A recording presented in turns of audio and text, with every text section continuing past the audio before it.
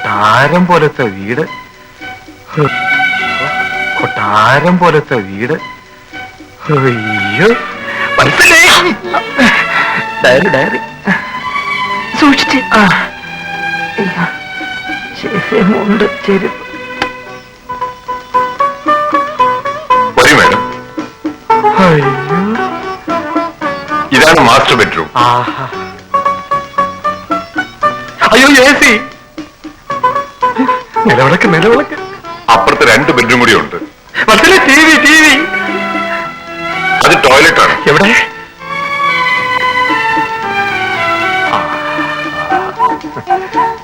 ഇത് ഓഫീസ് റൂമിനേക്കാൾ ഗംഭീരമായിരിക്കുന്നല്ലോ. ഇതിനൊക്കെ ഭയങ്കര വിലയല്ലേ? അതെ അതെ. ഇതെന്താ? ഇത് വെള്ളം ചൂടാക്കാനുള്ളതാ. ഇവിടെ കാപ്പി ഇടുന്നത് അല്ലല്ല. ഇത് മീൻ വളർത്താനുള്ളതാ? ഇല്ല, ഇത് ബാത്ത് ഡപ്പാ, കുളിക്കാനുള്ളതാ. ഹലോ, ഈ ഷവറ കുളിക്കാനുള്ളതാ.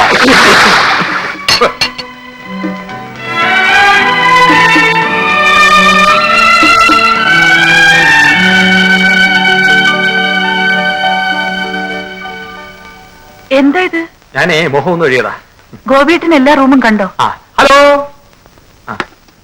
ഹലോ, ഇതിൽ STD ഉണ്ടോ? ഇപ്പോഴില്ല, ഉടൻ തന്നെ കണക്ട് ചെയ്യും. അവിടെ തന്നെ കണക്ട് ചെയ്യണം. എനിക്ക് AC STD ഉറക്കം വരത്തില്ല. ഇത് ഇഷ്ടപ്പെട്ടില്ലെങ്കിൽ 1-2 ബംഗ്ലാവ് കൂടി ഉണ്ട്, അതുകൂടി കാണാം. വേണ്ട വേണ്ട, ഇത് തന്നെ മതി. ഇത് തന്നെ മതി. വേണ്ട, ഈ വീട്ടിൽ തന്നെ താമസിച്ചാ മതി. ഒരു വീട്ടിലേക്ക് മാറുന്നില്ല. എന്തിനാ എത്ര വാശി? നമ്മൾ ചോദിച്ചൊന്നും അല്ലല്ലോ. വേണ്ടെന്ന് നിന്നോടല്ലേ പറഞ്ഞത്? ഇവിടെ താമസിച്ചുകൊണ്ടുള്ള ഭരണമൊക്കെ മതി. വേണ്ട, എനിക്ക് നിർബന്ധമൊന്നുമില്ല. ഈ വീട് തന്നെ മതി. അതാ നല്ലത്. ഇതുപോലെ പല ആഗ്രഹങ്ങളും തോന്നും, അതൊക്കെ മുളയിലെ അങ്ങ് നുള്ളിക്കളയുന്നതാണ് നല്ലത്. ഞാനെല്ലാം കേട്ടു മത്സലേ. ഇതിനൊക്കെ ഒരു യോഗം വേണം. കൊട്ടാരം പോലത്തെ ഒരു വീട്, ബെഡ്റൂമിനൊക്കെ എന്താ വലിപ്പം. കാർപ്പറ്റ്, AC, ടെലിവിഷൻ, സ്പ്രിംഗ് കട്ടിൽ. ബാത്റൂമിലോ കുളിക്കാൻ കെട്ടുവെള്ളം പോലൊരു ടബ്. ചൂടുവെള്ളോ പച്ചവെള്ളോ എന്താ വേണ്ടത്? അതിന്റെ അടുക്കളയുടെ അത്ര വലിപ്പമില്ല ഈ വീടെല്ലാം കൂടെ ചേർത്ത്. എന്തിനധികം പറയുന്നു, അട്ടയെ പിടിച്ച് മെത്തേ കിടത്തി. ഹലോ,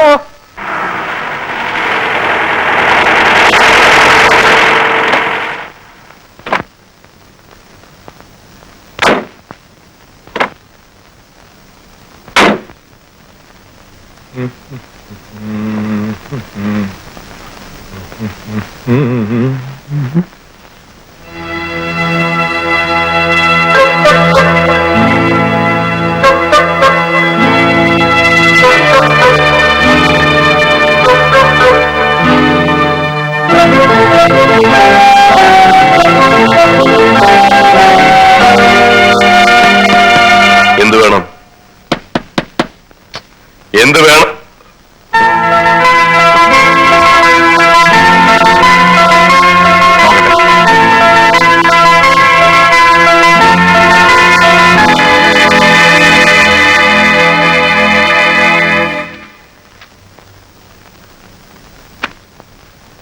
മണി 11:30. സ്റ്റാഫെല്ലാം എത്തിയില്ലേ? ചിലർ ലീവാണ് സർ.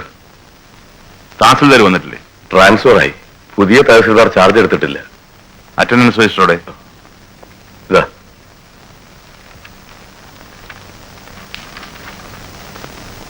രാധാകൃഷ്ണൻ? ഞാനാ സർ.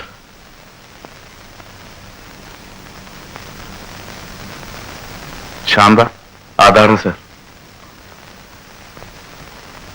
ചന്ദ്രപ്പൻ?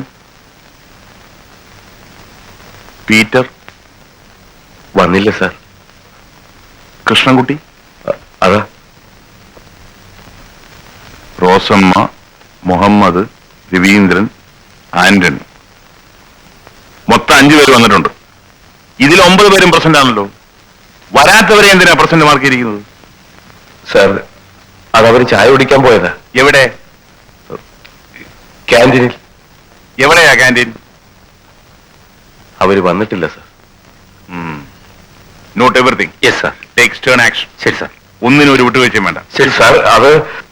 അത് നമ്മുടെ പീറ്റർ എംപ്ലോയീസ് അസോസിയേഷൻ സെക്രട്ടറിയാണ്. പാർട്ടിയുടെ കീഴിലുള്ള. ഓഹോ. Suspend him with immediate effect. ശരി സർ.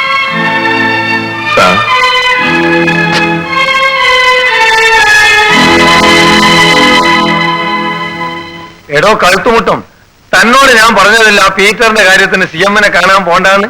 ഇപ്പോൾ എന്തായി? പള്ളർത്തി കിട്ടിയപ്പോ മതിയായില്ലേ? പീറ്റർ പാർട്ടി പ്രവർത്തകനാ, അസോസിയേഷന്റെ സെക്രട്ടറി. അയാൾ വന്ന് കരഞ്ഞു പറഞ്ഞാൽ എനിക്ക് പറയാതിരിക്കാൻ പറ്റുമോ?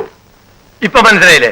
ചെറിയ കാര്യത്തിന് ചെന്നാൽ ഇതാണ് മറുപടി എന്നുണ്ടെങ്കിൽ വലിയ വലിയ കാര്യത്തിന് ചെന്നാൽ എന്തായിരിക്കും സ്ഥിതി എന്ന് ഞാനും കാണിച്ചു കൊടുക്കാം. എന്റെ നാക്കൊന്നും ആർക്കും പണയം വെച്ചിട്ടില്ല. സാർ ചായയോ കാപ്പിയോ എന്തെങ്കിലും? ഒന്നും വേണ്ട. ആ മോനെ, എനിക്കൊരു മീഡിയം ചായണം. ശരി സാർ. താൻ ആ പാർട്ടി ഓഫീസിലേക്കൊന്ന് വിളിച്ചേ. ഇനിയും കഴിഞ്ഞില്ല ഒരു മുട്ടിഞ്ഞ എക്സിക്യൂട്ടീവ്. എത്ര വിളിച്ച് കിട്ടണ്ടേ? എപ്പോ നോക്കിയാലും എൻഗേജ്. ഇതാ ഇപ്പോഴും എൻഗേജ്. ഡിസ്കണക്ട് ചെയ്തിട്ടുണ്ടാവും, ആരും ശല്യപ്പെടുത്താതിരിക്കാൻ. പടച്ച തമ്പുരാനെ, വെള്ളം കൂടി മാണ്ടേ. ഇക്കണക്കിന് വേഗം പോയി കിട്ടും. KGR-ന്റെ കൂടെ എത്ര മെല്ലമാരുണ്ട്? ഒരു 50 ആള് കാണും. പിന്നെ നമ്മളെ കൂടെ ഒരു 15 പേര്. പിന്നെ ഒന്നിലും പെടാത്തൊരു 10-15 പേര് അവിടെ ആയിട്ട് കാണും. ലക്ഷക്കണക്കിന് രൂപ എണ്ണി കൊടുത്തത് ഞാനാ. താനോ? തനിക്ക് എവിടെ? തന്റെ തറവാട്ട് സ്വത്തോ അതോ അമ്മായി അപ്പന്റെ സ്ത്രീധനോ? ഇതാ ഇവരൊക്കെ തന്നെ താൻ വീതിച്ചു കൊടുത്തു. അതിന് നല്ലൊരു പറ്റി താൻ പറ്റിയില്ലേ? എരിഞ്ഞോളി, തോന്നിവാസം പറഞ്ഞാലുണ്ടല്ലോ. എന്താ പറഞ്ഞത് ശരിയല്ലേ? ചിക്കമംഗളൂർ മൈസൂരൊക്കെ പിന്നെ എസ്റ്റേറ്റ് എടുക്കാൻ എവിടെ പൈസറ്റ്? ഇതൊന്നും ആർക്കും അറിയില്ലെന്നാ വിചാരം. ഓ, ഇപ്പൊ തനിക്കും ഒന്ന് സൂചിച്ചു KGR-നെ അല്ലേ? സുഖിച്ചിട്ടൊന്നല്ല, നമ്മള് മാത്രം നമ്മളെങ്കിലും ഒന്ന് സത്യം പറഞ്ഞൂടെ?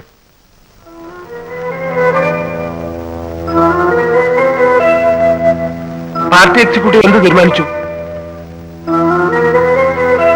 എന്താന്ന് വെച്ചാ ഒന്ന് പറയടോ. മുഖ്യമന്ത്രിയെ കൂടാതെ 5 മന്ത്രിമാർ. കൃഷ്ണമാരാർ വാണിജ്യം, അബ്ദുൾ റഹീം ട്രാൻസ്പോർട്ടും ഇലക്ട്രിസിറ്റിയും, കൃഷ്ണകുമാരി വിദ്യാഭ്യാസം, KT ജോസഫ് സാമൂഹ്യ വികസനവും പഞ്ചായത്ത് ആൻഡ് മുനിസിപ്പാലിറ്റീസ്. 6ാമത്തെ മന്ത്രി 2 പേരുണ്ട് ചോയ്സ്. കഴുത്തുമുട്ടം അല്ലെങ്കിൽ മയ്യനാട് ചന്ദ്രശേഖരൻ. ഏതൊക്കെയാ വകുപ്പുകള്? കലാ സാംസ്കാരികവും സ്പോർട്സും. അവന്റെ അമ്മയുടെ നായകെടുക്കും ആ വകുപ്പ്. 5-8 കൊല്ലം മന്ത്രിയായിരുന്നതിന് തരമ്പ് എന്റെ ആശ്രമത്തിൽ എപ്പോഴും ഉണ്ട്. എനിക്ക് ആ ഓർമ്മ മതി ജീവിക്കാൻ. ബാക്കിയുള്ള വകുപ്പുകളോ? 3 മാസത്തിനകം ഒരു വികസനം കൂടി ഉണ്ടാകും. തൽക്കാലം അതുവരെ മുഖ്യമന്ത്രിയും വ്യവസായ മന്ത്രിയും കൂടി ആ വകുപ്പുകൾ കൈകാര്യം ചെയ്യും. ഇതാണ് പാർട്ടി എക്സിക്യൂട്ടീവിന്റെ തീരുമാനം. ഇതൊക്കെ കൈമൾ സാറിന്റെ അനുവാദത്തോടുകൂടി തന്നെയാണോ തീരുമാനിച്ചത്?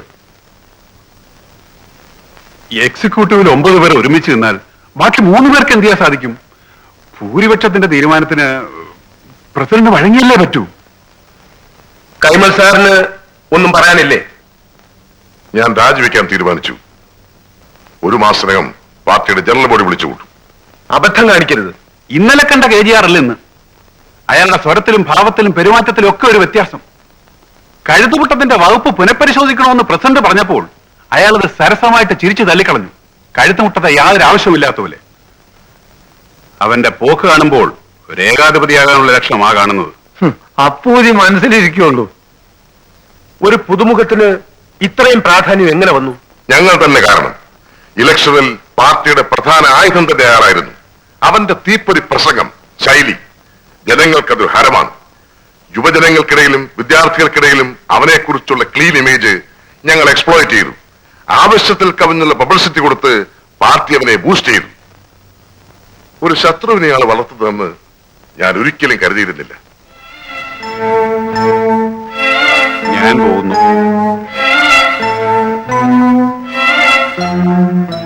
ഞാനും ഉണ്ട്. മധ്യനയത്തിൽ വല്ല തീരുമാനം ഉണ്ടായോ? ഇല്ല. ഈ പോക്ക് കണ്ടിട്ട് അത് അനുകൂലമാകുമെന്ന് തോന്നുന്നില്ല.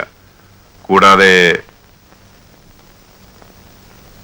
ഇപ്പൊ സംസ്ഥാനത്തുള്ള പ്രൈവറ്റ് ഡിസ്റ്റിലറീസിന്റെ പ്രവർത്തന രീതികളെ കുറിച്ച് നിയമസഭാ കമ്മിറ്റിയെ കൊണ്ട് ഒരു അന്വേഷണം ഉണ്ടാവും. അങ്ങനെ ഒന്നുണ്ടായാൽ വിശ്വത്തിന് എന്ത് സംഭവിക്കുമെന്ന് ഞാൻ പറയണ്ടല്ലോ.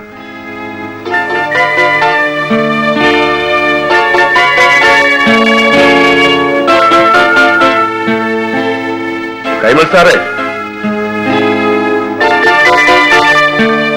ഇനിയും ആലോചിക്കാം, വരട്ടെ, നോക്കാം എന്നൊന്നും പറയാൻ സമയമില്ല.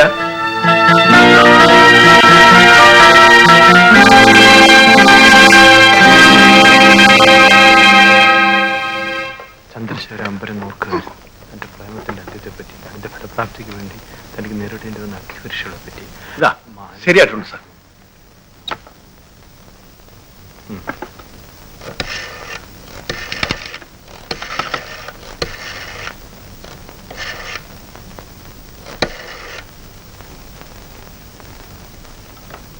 ഹലോ, കണ്ണൂർ ഗസ്റ്റ് ഹൗസ് അല്ലേ? എന്താ പോലീസ് സ്റ്റേഷനോ? തമ്പാനൂർ പോലീസ് സ്റ്റേഷനോ? അപ്പൊ കണ്ണൂരും അല്ലേ? എന്താണോ ഇത്? എസ് ടി ഡി വിളിച്ചിട്ട് ലോക്കലാണല്ലോ കിട്ടുന്നത്. ഞാനൊന്ന് എക്സിലോട്ട് വിളിച്ചു ചോദിക്കാം സാർ. മാലയിൽ 4 മണിക്ക് യാത്ര ചെയ്ത സ്റ്റേഷനിൽ ഹലോ, ആ എക്സഞ്ച് അല്ലേ? എന്തായി? മൃഗാശുപത്രിയാണ് സാർ. തനിക്കും കൂടെ എവിടെ കാണുമ്പോ കിടക്കാൻ പറ്റായിരുന്നോ? എന്ത് റിപ്പയർ ആണോ താൻ ചെയ്തത്? എന്റെ ദൈവമേ, മിനിസ്റ്റർ കണ്ണൂരേക്ക് പുറപ്പെടുന്നതിന് മുമ്പ് വിവരം കണ്ണൂർ ഗസ്റ്റ് ഹൗസിൽ വിളിച്ച് പറയണമല്ലോ. ആ, കോഴിക്കോട് ഗസ്റ്റ് ഹൗസിൽ വിളിച്ചിട്ട് വിവരം കണ്ണൂർ ഗസ്റ്റ് ഹൗസിൽ അറിയിക്കാൻ പറയാം.